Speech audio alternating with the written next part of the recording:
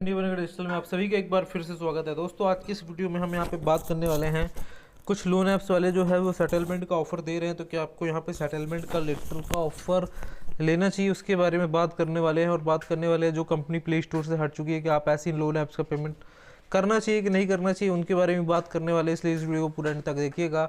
अगर आप हमारे चैनल में नए हैं, चैनल सब्सक्राइब कर लीजिएगा, साथ ही साथ में जो बेल आइकन का बटन है उसे भी प्रेस कर लीजिएगा ताकि मैं कोई भी वीडियोस डालूँ उसका नोटिफिकेशन आपके पास सबसे पहले यहाँ पे मिल जाए। तो दोस्तों सबसे पहले बात कर लेते हैं सेटलमेंट की।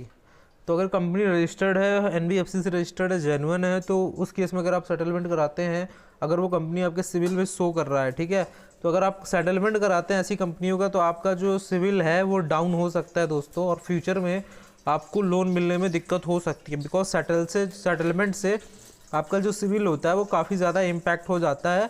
उसके बाद अगर आप लोन के लिए अप्लाई करते हो तो आपको एनबीएफसी के थ्रू तो लोन मिल जाता है, लेकिन आपको बैंक के थ्रू लोन मिलने में प्रॉब्लम होती है। तो इसलिए मैं बोलना चाहूँगा, अगर रजिस्टर्ड कंपनी है जो सिविल में शो कर रही है तो उसके लिए आप सेटलमेंट के लिए आप सोच लीजिए, या हो सके तो आप जितना अमाउंट लिया उतना आप पे करके अपना क्लोज करवा सकते हैं। उसमें आपका लोन सेटल भी शो नहीं करेगा, ठीक है, लेकिन सेटलमेंट में दिक्कत वाली बात है क्योंकि आपका सिविल जो है इम्पैक्ट कर सकता है। अब यहाँ पे बता देते हैं कि जो कंपनी रजिस्टर्ड नहीं है, जो सिविल में भी शो नहीं कर रही, कुछ नहीं कर रही, तो उसके केस में कोई इम्पैक्ट नहीं आएगा। आप चाहे 20% का सेटलमेंट करवाओ, चाहे आप जितने परसेंट का सेटलमेंट करवाओ, यहाँ पे कोई भी दिक्कत, यहाँ पे किसी भी तरीके की दिक्कत यहाँ पे नहीं आने वाली है सेटलमेंट से। तो आप ये तरीका अपना सकते हो। अब बात कर लेते हैं दोस्तों कि यहाँ पे कमेंट आया था, बहुत सारे कमेंट्स आए थे जो कंपनी प्ले स्टोर पे ही नहीं है, उसका क्या करना है। तो ऐसे लोन ऐप्स का पेमेंट आप अभी बिल्कुल रोक सकते हो। मैं अपना ओपिनियन दे रहा हूँ इस पर, क्योंकि वो कंपनी प्ले स्टोर से नहीं है, क्योंकि उसने कोई पॉलिसीज़ वायलेट करी होगी जिसकी वजह से प्ले स्टोर ने उसे हटाया होगा। तो अगर ऐसी कंपनी है जिसको प्ले स्टोर ने हटाया है तो कुछ ना कुछ गड़बड़ होगी।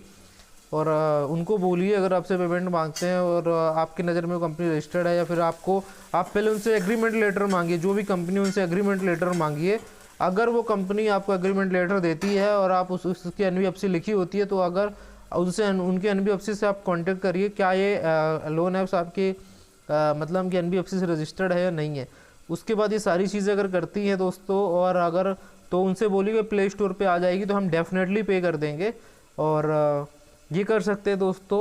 आप सारी चीज़ें जितने मैंने तरीके बताए वो अपना सकते हैं, क्योंकि अगर आप लिंक के थ्रू पेमेंट करते हो तो क्या पता अपडेट करता है या नहीं करता है। ये सारी चीज़ें ही हैं दोस्तों, और बस मैं अपना एक ओपिनियन छोटा सा ही दे सकता हूँ इसके ऊपर, ठीक है। अब आप बात कर लेते हैं जो कंपनी हैरेसमेंट कर रही है पेमेंट के लिए कंटिन्यूसली, और 7 और 15 दिन वाली जो कर रही है उसका क्या करना है।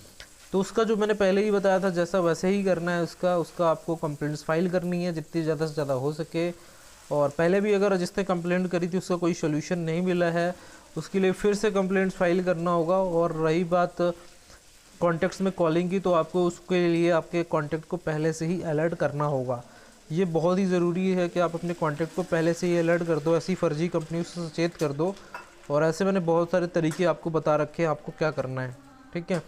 जब आप अपने से अलर्ट कर दोगे तो ऑलरेडी लोग अलर्ट रहेंगे। और जिसने व्हाट्सएप ग्रुप बनाया है आपका, वो फर्जी कंपनी, टोटली फ्रॉड कंपनी है, और ऐसी कंपनी का पेमेंट ना करें जिसने आपका व्हाट्सएप ग्रुप बना के आपका जो डेटा है उस ग्रुप में डाला है, ठीक है।